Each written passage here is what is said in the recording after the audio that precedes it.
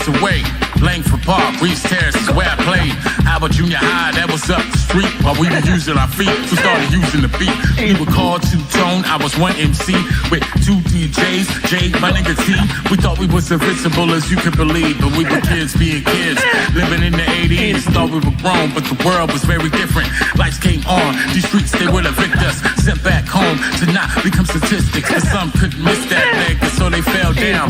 No pops around, but the shots around. We gave it all, but couldn't afford morgue bound. Some applaud now, but never knowing how we made it up out of there without doing a bit. Wow, our city, the place of where I come from, that old shit story ain't my glory. Tell me what that sound like. It's just me. The city beautiful. This is my story. Orlando has long been known as the City Beautiful, also known as the city with a sound. Live on stage, The sound. Orlando! So, is they ready? You mean to say that's the best you can do? Hip-hop is something you live. Almost anybody could do better than that. You know? Okay, the sound of Orlando! Show. Knock this down like it's supposed to be. On your FM dial. Say about the car. Is to try to hold this up. We are here, man. We are here. It's a beautiful thing. Good.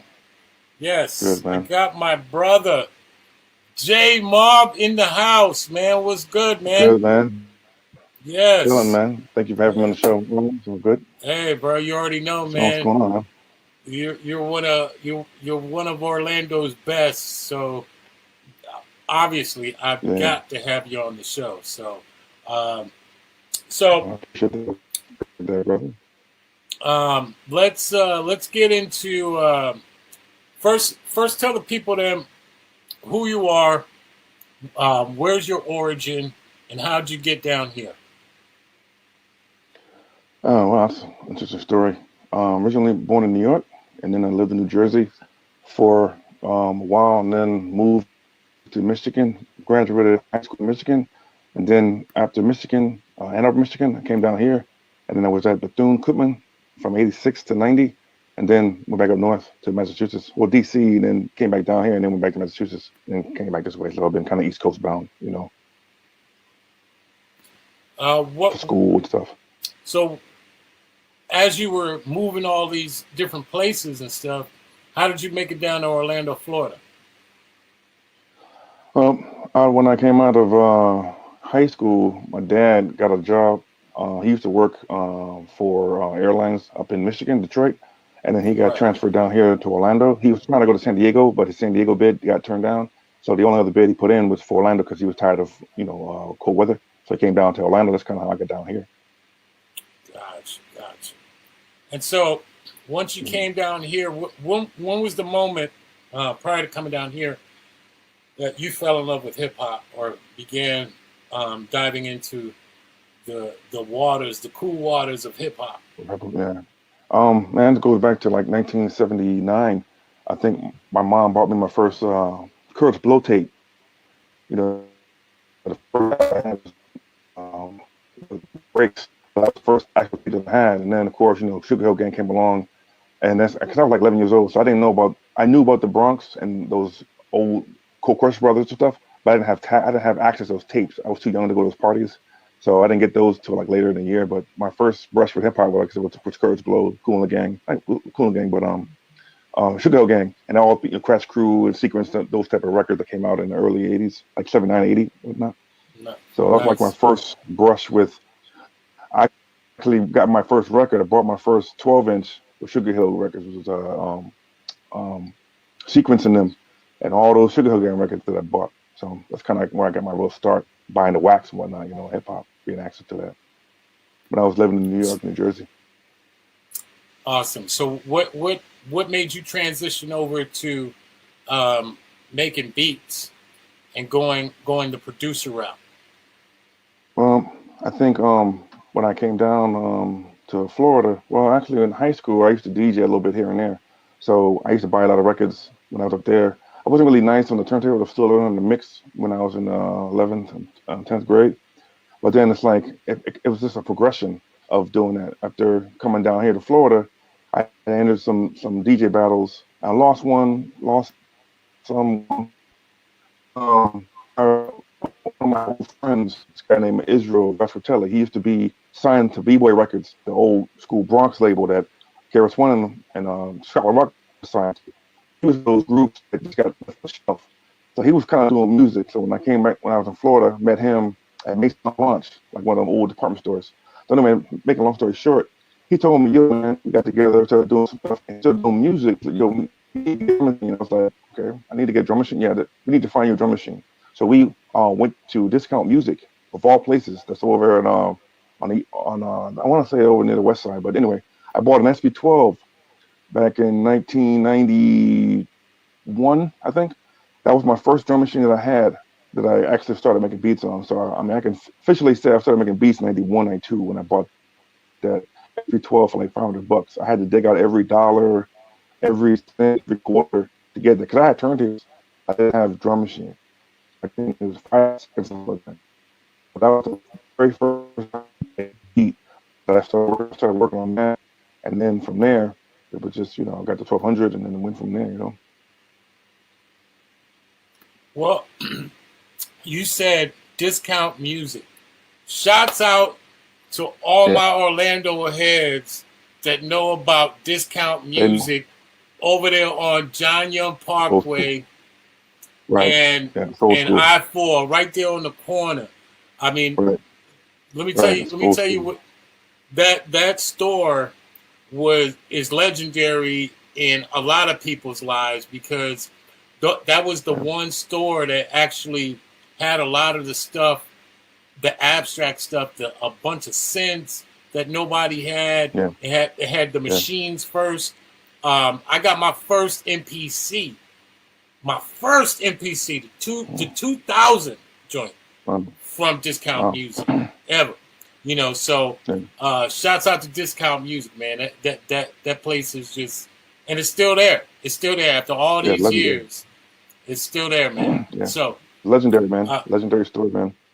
So 91, you cop your SB 1200, and no, it was actually an SB12. That was the SB 12 model. Oh, okay. Right, SB12. It's 5 seconds or something. Yeah, the 1200 came 2 or 3 years down the road, like 94. But SB12 was 5 seconds or something. So you really had to know how to like be innovative. You can only do drum snares and hi hats, and then just little stabs here and there and make the beat. It was hard to work with, but it was well worth the learning because the learning curve gave me to 1200, and then you got 10 seconds some of the time. So by that time, I was a master of that. So I heard that, man. That legendary sound on that SB12. I mean, it's just. It goes without saying. There's so many legendary stories behind that particular machine. Don't quote me. This might not be true, but from the heads that I got it from, it has to be true. Like I remember hearing stories about Magic Mike daisy chaining like 5, 6 of them to make them all kind of sync up with the Synthi and so like that machine was used in so many different ways to bring out some legendary music. It's just like that machine is just awesome. I technically when I always admired that machine and I always admired the sound, but I never, even when I had the opportunity to buy it, I was like, I'm going MPC. But I still respect that machine to the end of time, man. I mean, it's just too many legendary producers on that, man. Well, definitely. I think you either an MPC user or an SP 1200 user. I had the opportunity to buy an MPC 60, but my homeboy had that. But then I had the SP 12, so the only gradual thing for me to do was the 1200, and I got that because I loved what Pete Rock was doing, Diamond D, Lord Finesse. Premier was an MPC user. He used some SP12, but he's leaned over to the 60. So, but he knew about that. All the DITC people used that. Lord Professor. And then of course, your boy, can't remember his name right now. Your boy's not my professor, but dude that got killed. Paul C. Damn, I can't remember. Paul Paul C. was the C. master. Paul C. was the master of the SP12 and all them records that Ultramagnetic made in the early days. Critical Beatdown was all done SP12. Right, right, right. Shouts out to Ultramagnetic, man. Yeah. So But you get the SB12, you learn it, you get it down, and then you start going towards the SB1200. What did that do for you as far as a producer is concerned? How did that broaden your approach? After going from 5 seconds to 10 seconds, then I said, well, now, because I was going to get another SP12 because I was running out of time. I think when you had SP12, it gets to sound more repetitive. So, there's not much you could do. So you're like, well, I need to do more. And the SP1200 allows me to do more. People don't remember that the SP12 had an old floppy disk from Commodore. So it was a 5 1/4. So it took like 20 minutes to save and 10 minutes to load. You know what I'm saying? So it's very slow. The machine was, you couldn't really save anything on the actual machine. You had to use external disk drive. With this 100, it was good. All my gearheads, did you just hear what he said? This man said the Commodore 64. What do you know about that, man? Come on. I don't know about that. That old floppy, big old drive that I used to have for that SP12. But 1200 was better because you gave you 10 seconds summertime, and then of course you got the 3 1/4 discs, 3.5 discs actually. So we used those, and then from there it had a little bit more features on the SP1200 than the 12, so it was a little bit easier to use, and just kind of went from there. Like I think the biggest thing was 5 seconds of sample time more, so it's 10 seconds, and then you can do a lot with that. So now I was making these funky beats with 5 seconds. I was like, now I got double time. So I was like, well, let me just throw some more samples in there, and this time I'm able to make loops. And make chorus lines and verses and stuff like that, and then kind of go from there. And then I was able to, just be more creative, sample more stuff. The saving was quicker. That 20 minutes you can go get a coffee and donuts and come back and it's still loading. It was very slow, very slow. But the 1200 is faster, quicker. So that was a blessing. I think once I got into the pattern of the workflow of the 1200, it was just a wrap. Once I sampled the records and then I put them in there, chop them up, and then do what I needed to do, I would create drum kits, loops and stuff, and then I can just go from there. The workflow was much easier, once you got to it. Right. And so when you're talking about that new floppy disk, the floppy disk that we all tend to, most of our generations tend to remember, that was the transition. That was like having an SD drive during that time, during the 90s. Yeah. Like, man, I could, to your point, I could use about 3 or 4 of these versus, 5, 6 of those big old ones. Yeah, it's crazy, man. Remember, that's only like you're looking at megabytes compared to 5 1/4 disc, and those discs were floppy and they were like very flimsy too. So if you damaged them, all those beats and samples, loops would be destroyed. So I lost a lot of good stuff. You had to basically take care of those things with your life. You know what I'm saying? They were very delicate, man. Very delicate, man. Right. So I mean, I felt that way about the newer floppy disks. You throw about 4 or 5 joints on there, man. You go take a trip to New York or something, and then you get there, you're like, man, why is my snare not loaded? What are you talking about? The one out of 4 doesn't load. So that's why I had doubles. I was anal with it, man. I would save 1 or 2, 3, 4 discs.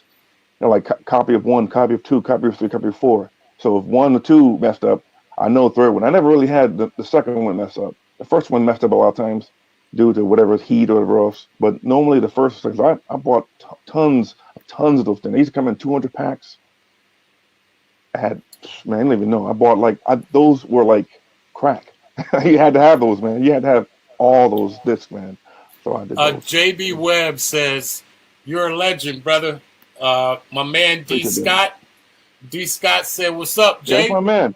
So, man, I used to do stuff with him back in the day. You probably don't even know that. He was an MC. Yeah, I used to MC a long time ago. Me and my man Brian, man. He knows, man. We go way back, man. Yes, sir. Yes, sir. So, okay, now we're at the SB 1200 phase. Did your production style change once the timing changed? Timing? Oh, you mean as far as timing Having as that far more as? time, right? Oh Since yeah, you yeah, had big time, more big time, time, big time.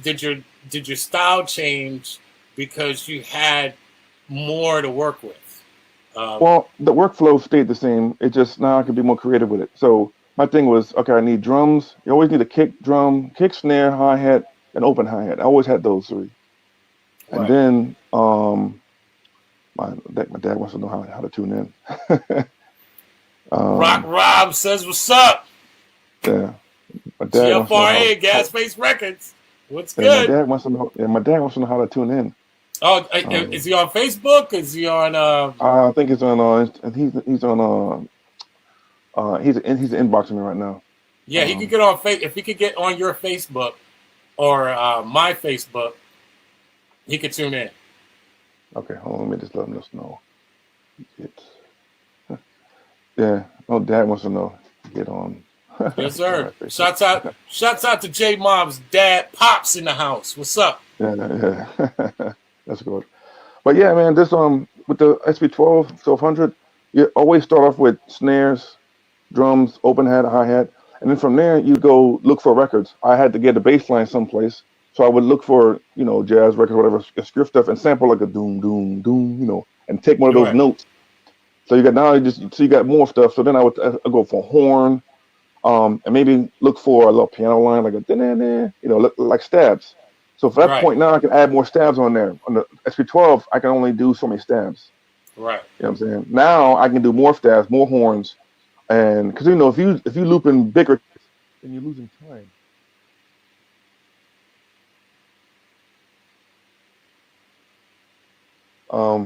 But yeah, it's cool though the way it works. Right. So back in those 90s, shouts out to all my 90s heads out there, you know what I'm saying, that are artists or producers that would go to these studios. And back in the days, especially 91, 92, I mean, they're still reel-to-reels in these studios. Right. No, they are. I don't think we see those Tascams, until like 96, 90, 95, 96. Those ADATs, we did have ADATs. ADATs started coming into fruition. I know this is all for my analog heads, but outside of reel to reel, because that's the Rolls Royce. Right. What was your favorite transition?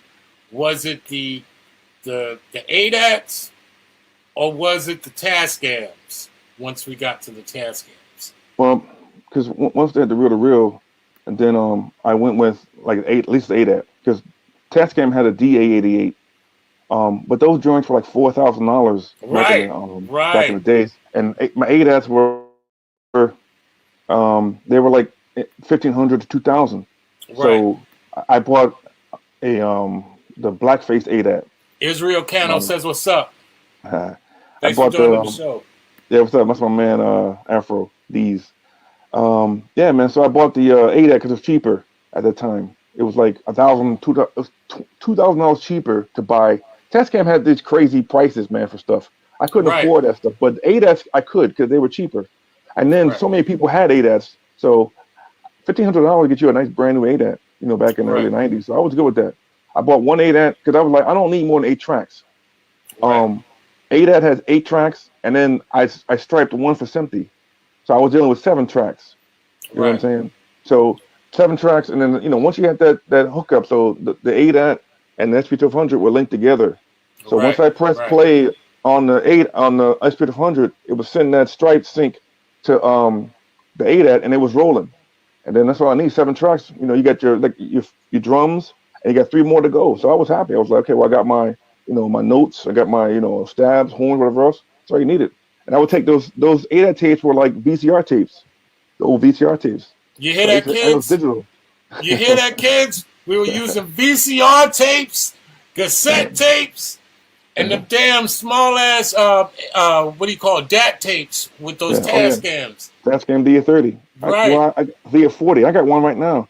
I had to go back and revisit it because those are all part of the culture, man. I mean, those tapes are still good right now. I still use ADAT. I still use the DAT machines.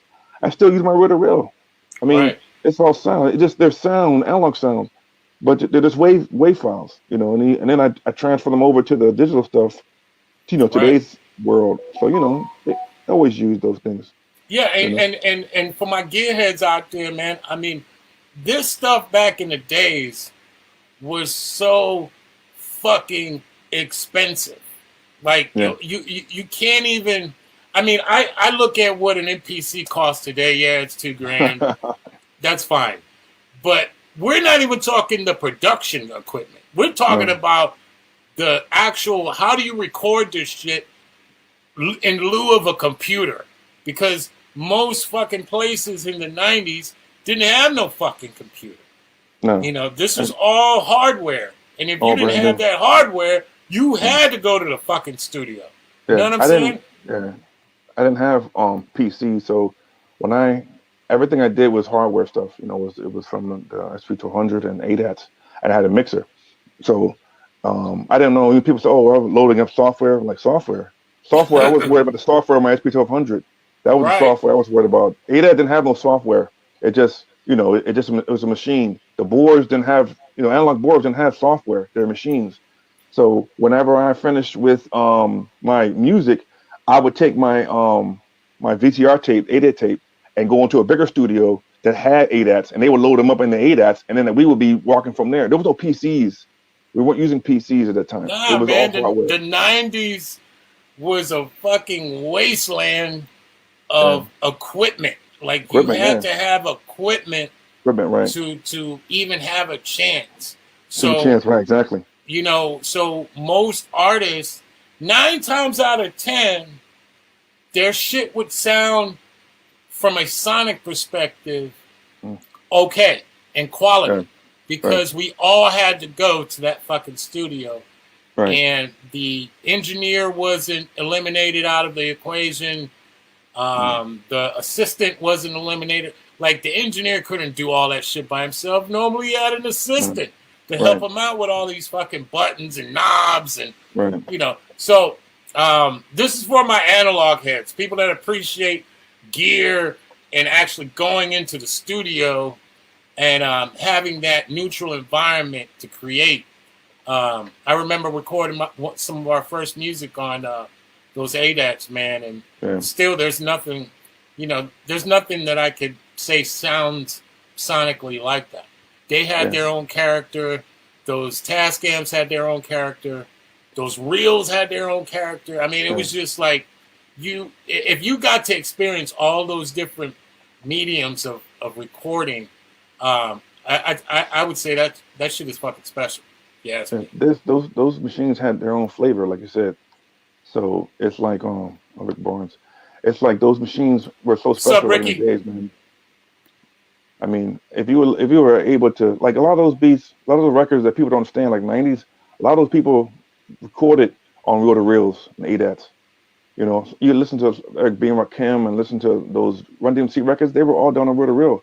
Even though I was watching a show. Talk about it.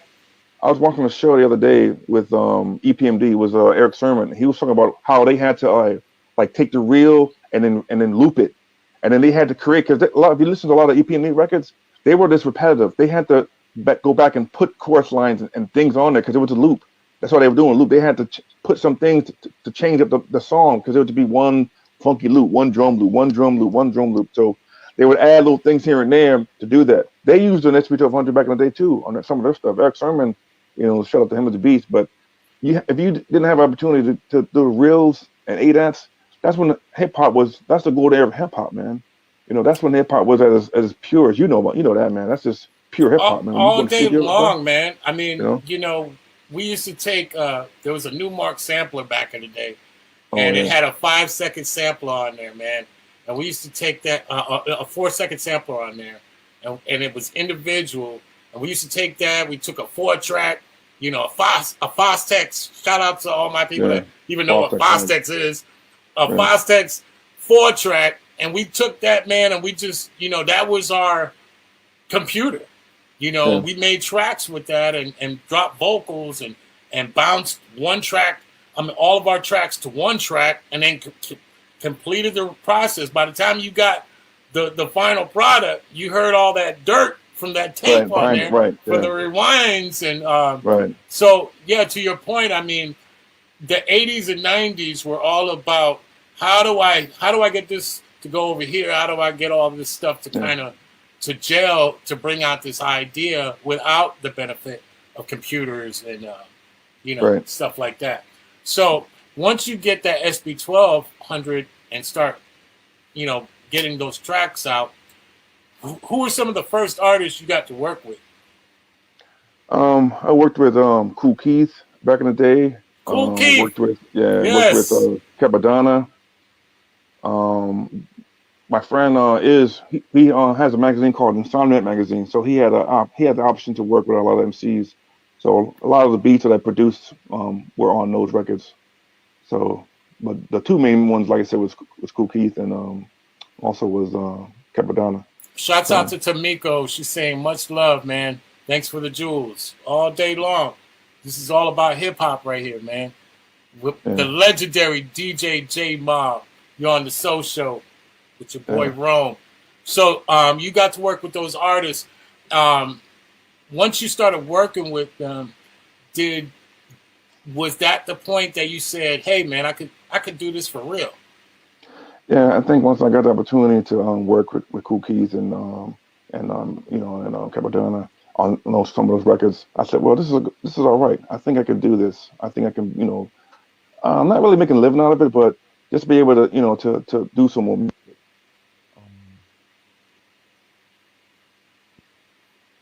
Dad's trying to call me on my phone. I'm on online. I just heard you go down, but keep going with what you just said.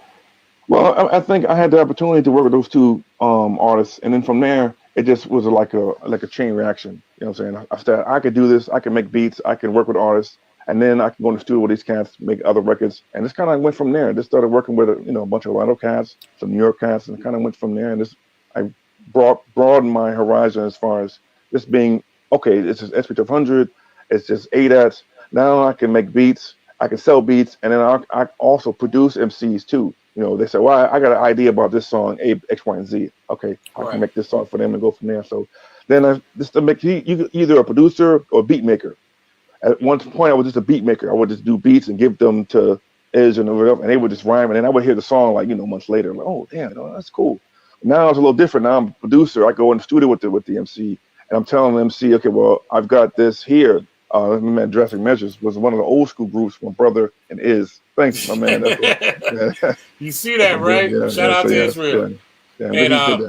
And Shu, my man DJ Shu, he said salute, man. Yeah, Shu's my man. Yes. He's my man. He goes back too, man. There's a lot of Orlando cats here, man. That's why I like, I'm not in Miami and Tampa, but Orlando has a nice little pure hip hop thing. Magic Mike. I grew up with Magic Mike, not like some of the other people that were here before me, but I remember Magic Mike from when I was in college, and he used to go to the Electric Avenue, and I remember when he had 2 records on Billboard. I have some knowledge of Orlando. He had his studio. His office was down there in Lecchiola, across the street. You just said Electric Avenue, bro. Right? Yeah. That's the Roxy. That's what the Roxy is to the Bronx. Like that was. The Electric Avenue was our hip hop center as a kid when I was growing up. I mean, dude, I would have gave my left lung to get in that Electric Avenue because I remember seeing it, and they used to have the commercials, and you would hear all these legendary stories. Magic Mike battled Cut Creator and killed him, and it was just like, man, And back then, you said Magic Mike. Magic Mike used to make these killer ass hip hop tapes.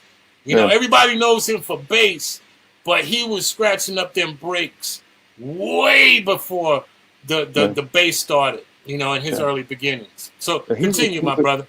No, he's a dope DJ. I mean, I mean, even though he does the bass, but he's always been a skilled DJ. I've always given him mad props for doing it. And then now you see the love he has now from DJs. He's always had the skills, man. Even though he's cutting, scratching, the bass and whatnot. But he's dope, man. Oh But man, dude, this guy is the quick. Like, to know that we're from a city in which we have one of the best DJs in Yeah. the entire fucking world. I mean, he was dope. he was just amazing, bro. Yeah, he was dope. One of a kind, humble. When you talk to him, he was just like the kid down the street. You know what Right. I mean? And that's what Orlando, for the most part, always brings to the table. I mean, we have some of the illest MCs, DJs, producers, that a lot of times the entire world hasn't heard. So the legend continues. We know about them. Like, man, if you thought he was dope, you should check out this dude down here, bro. Right, yeah. You know, so yeah, New York, West Coast, Atlanta, Miami, they get the love, obviously, but we've had some badass people out here, bro, and we still do. Yeah. Yeah, Orlando's, I think it's like it's a small little town, Disney World, so it doesn't get a lot of, love like the bigger places. But I mean, Orlando has mad talent here, man. It's always like, and everyone that comes through here, they do concerts or shows, and they see the MCs, they see the people doing beats, they see the people DJ and stuff.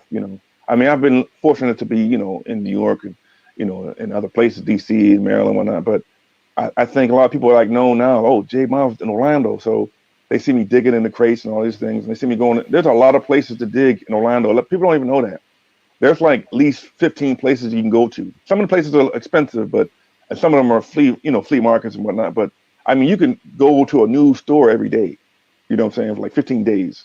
And then this Sunday, y'all don't know, they're having the Orlando CD record show over at the fairgrounds.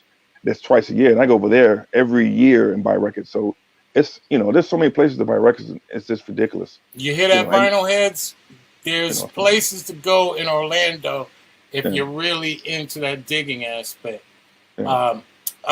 Let's get before we go too long, I want to get into this video presentation that you gave me tonight, and let's have the people in them check this out so they can get familiar with some of the stuff that you've been doing.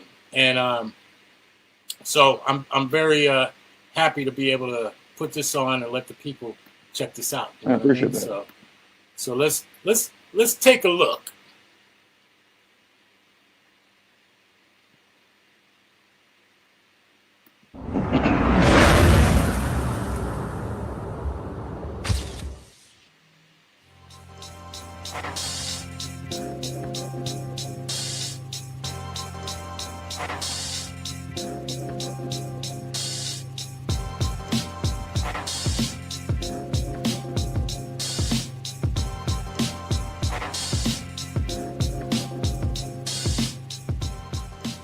DJ Jaymob. I got my name from the vast collection of great big albums that I have. I'm from Orlando, Florida, originally from New York. I've been DJing for about 20 years off and on.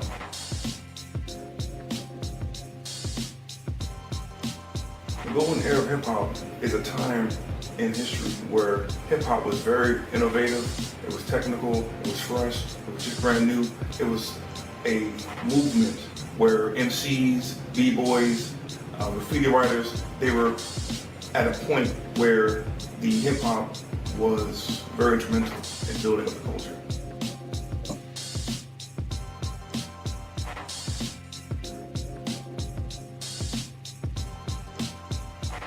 The message that I have for the people in hip hop today is basically one simple thing. We need to continue expanding, we need to continue representing this culture, and we need to move this culture forward so our kids can have something to look forward to. Hip hop today is mainstream, and I think the people that say hip hop, they don't really know what the meaning of hip hop is. Hip hop basically is not representing the 5 elements of hip hop.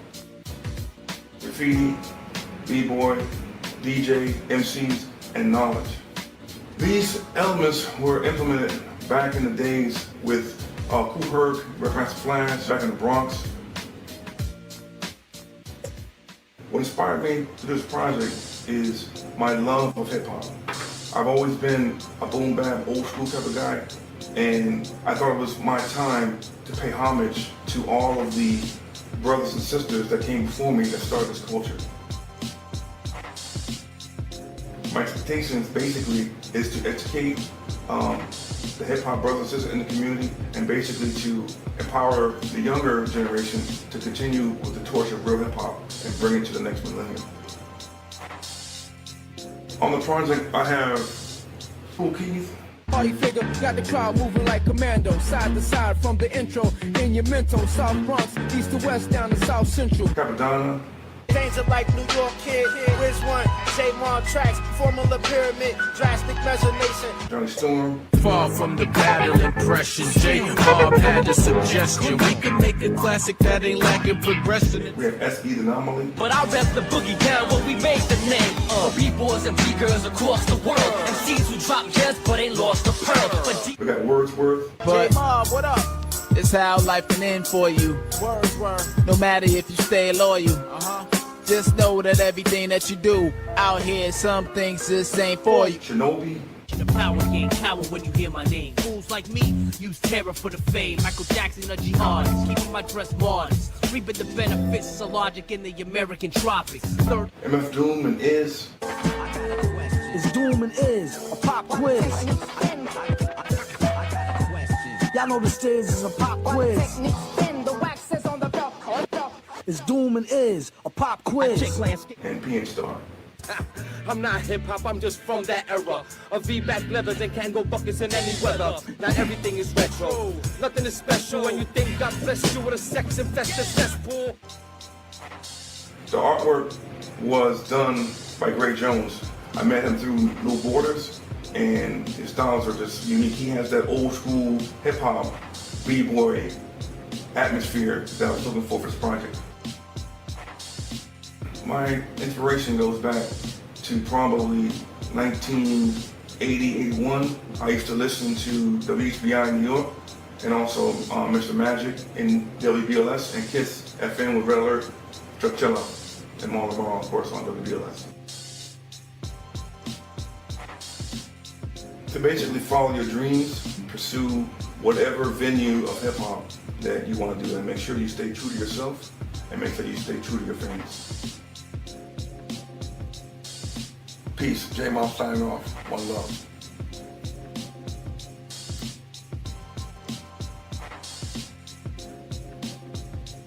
Shouts out to Austin's coffee shop.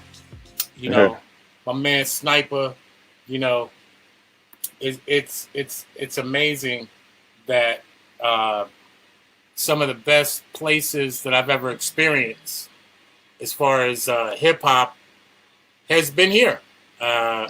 They've been completely amazing to see, as far as the culture, and you know how people kind of are moved when you add that to the formula of artists, no matter what style you got coming out. I mean, we've been the center of a lot of dope shit to come out of the planet. We just haven't got our just yet, if you know what I mean, as far as the city is concerned. But that's what we're working on, man. We want to give shine and spotlight to all the artists out here that are putting in work, you know, and doing things such as yourself. So that video described of a recent project. What is this project that we're talking about here? Well, that project was made in 2017. It was a project that I wanted to do. Just my take on hip hop, you know, my contribution to hip hop. And like you see, shout out to T-Rex. T-Rex said it's dope. Sniper's up in here. Shouts out to Sniper, man. What's good? I'm in here. What's good? You know, Sniper's my man. Those guys go back to Austin's, man. I think the culture of hip hop is very deep. But that project I did, as you saw, it had some MCs on there. Shinobi on there. It had Johnny Storm, you know, great battle artist. So I met those guys. RC, he was on the project, but RC was part of Austin's. So I mean, I incorporated everything. The graffiti with new borders, no borders actually. So that project was Wordsworth. I saw great shows. Great MCs. It was a presentation, my own presentation to the world of what hip hop is. You know what I'm saying? I wanted to put together a project that encapsulate that had all of the components that I like and I love about hip hop. And there were so many like Shinobi. Those guys are dope MCs, man. We Right. just I got an opportunity to showcase some of Orlando's best talent. Absolutely. Whatnot, Absolutely. and then kind of go from there. So Yeah. Let's lighten it up real quick before we get too crazy. Since you're a producer's producer, I'm gonna ask you something straight up. Okay. And I know it's hard, but if you had a gun to your head, who is your favorite producer? Go. All right now, man, my favorite producer of all time, man, has got to be Pete Rock. Pete Rock. And that's a hard question to answer. That's a hard question to answer, man. Hard question to answer because people, you got the haters like, oh, you don't like Premier, you don't like Large Professor, Diamond D, Lord Finesse, all those cats. But if I had to have a gun to my head, and right now, Pete Rock, because I follow Pete Rock, man. I mean, I follow him to the T, man. When he was on BLS back in the day with Marlon Marl. So, I mean, I followed him to the T, man. He was like my hero, man. He was my hero, man. Producers. He was in the crates digging, finding obscure stuff. And then when he was making some of them early records in the 90s, man, I was searching for those. Man, we would go out searching for those. When you go to a record store and you find the sample that your favorite producer that sampled, my God, you don't even know. I found so many samples, some deep samples that Pete Rock had on some of the old records. I was like, oh my God, like gems. So by far, he's the best, man. I mean, in my opinion, if I had a gun in my head, but under those circumstances. Sniper said, "I definitely want some music." So make sure you bless Sniper with some music. Yeah, he knows. Yeah, it's funny because when I did Austin's, I would bring beats there, and those guys would flip out. They would always ask me, "Is that your beat? Is that your beat? Is that your beat?" I'm like, "Yeah, that's my beat." They would be flipping out because wow, I mean, I had some beats there that were just. I think one night I was there and I played a beat, and like 10 MCs jumped on the mic and wanted to rap on it. Those are back in the days when Austin was popping, still popping now, but. Shout out to Austin's Coffee Shop in Winter Park. Sniper runs a tight outfit there, bro. I mean, Sniper's been holding that thing down. It's a great place for MCs to go if they want to bust a rhyme, and meet other MCs that are doing their stuff. So shouts out to my man Sniper in Austin's Coffee Shop. Let's go on to. I know this is it might be obvious to you, but I have to ask you, as a fellow gearhead that has probably a box of wires sitting off somewhere, we know that if you're an analog guy, you have at least a box, some sort of crate of wires and all kinds of little gadgets to connect stuff. What is your favorite piece of gear, and go? Oh, you mean for wiring? Oh, no, man, favorite piece of gear. Favorite piece of gear, period. Overall? Oh, right. My favorite piece of gear, of course, is my love, man. Emu SP1200, man. That's my best.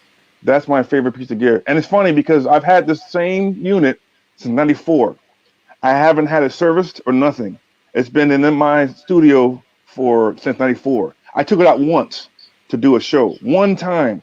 How many people you see take out their MPCs? The SP1200 does not leave my house. That's like that's like an important machine. That's like a old school rock. You just can't take MPCs you can take out. But how many people you see bring SP1200s out to do shows? I mean, let's have another one. That's what I wish I would have had. I wish I would have bought two of them. One for the road, one for the house. But that's a studio gear, man. So. I mean, that's something you definitely don't want to just be throwing everywhere. You know what I mean? Right. It's just, it's so, those things they're not making them anymore. And even they've been talking about kind of recreating one. I would like to see it recreated. It Right.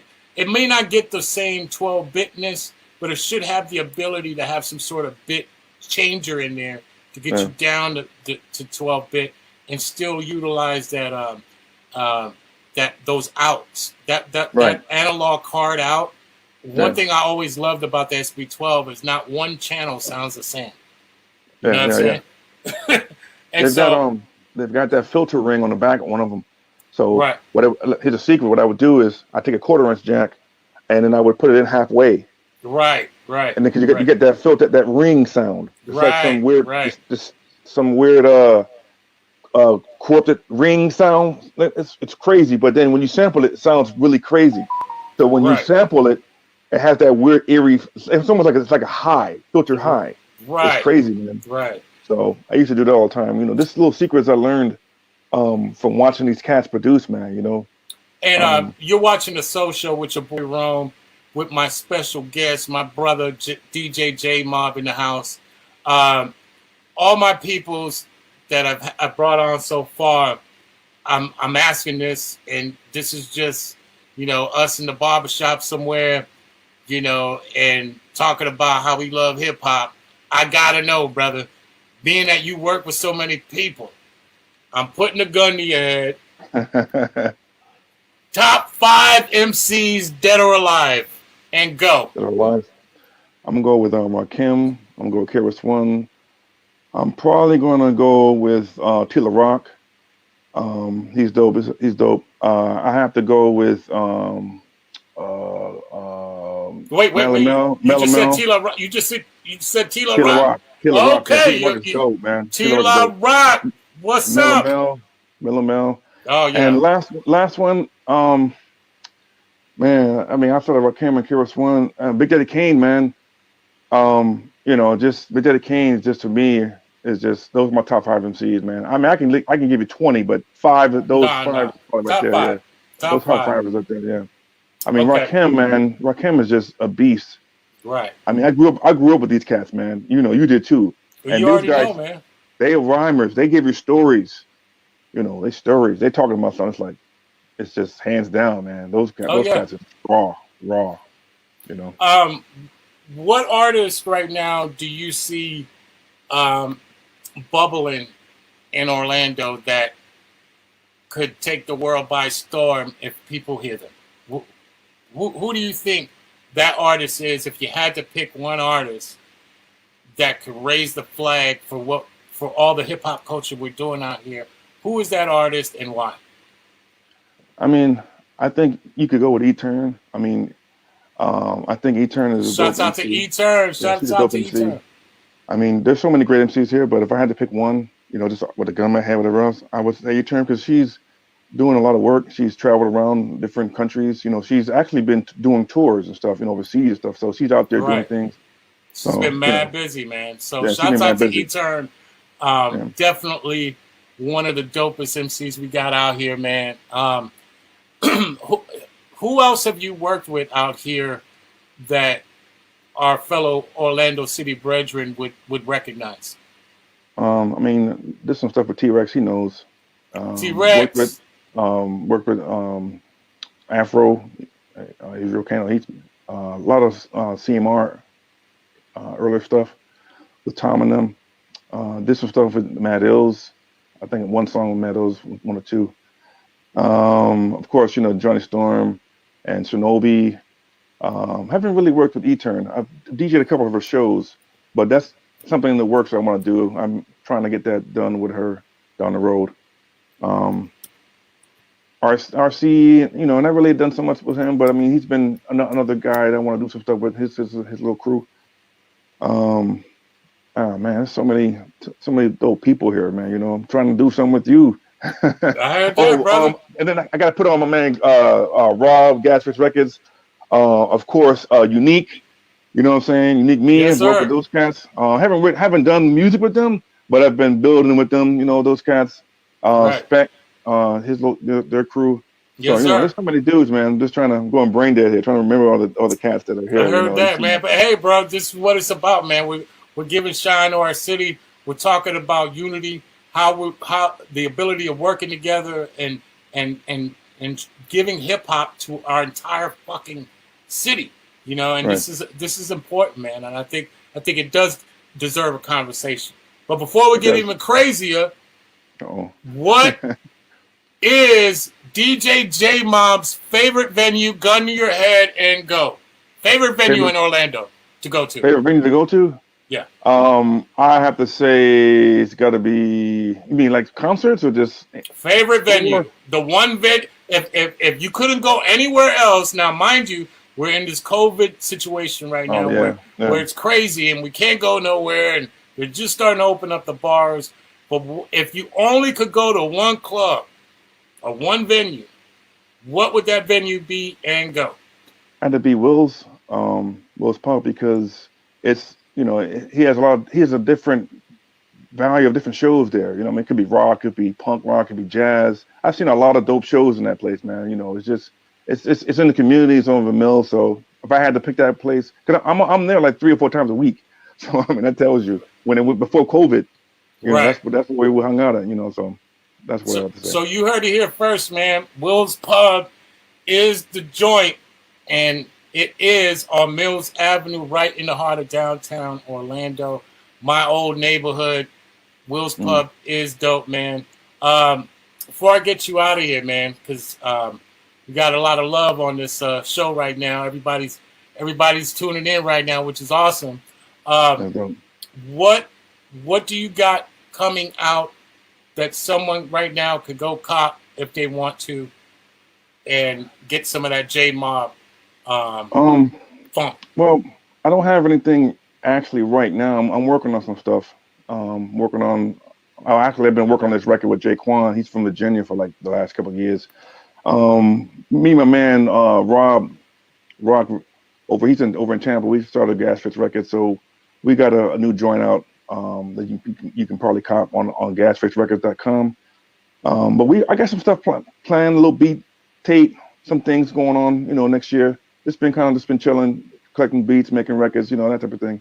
So hopefully, you know, by next year I'll have some stuff for the people to cop.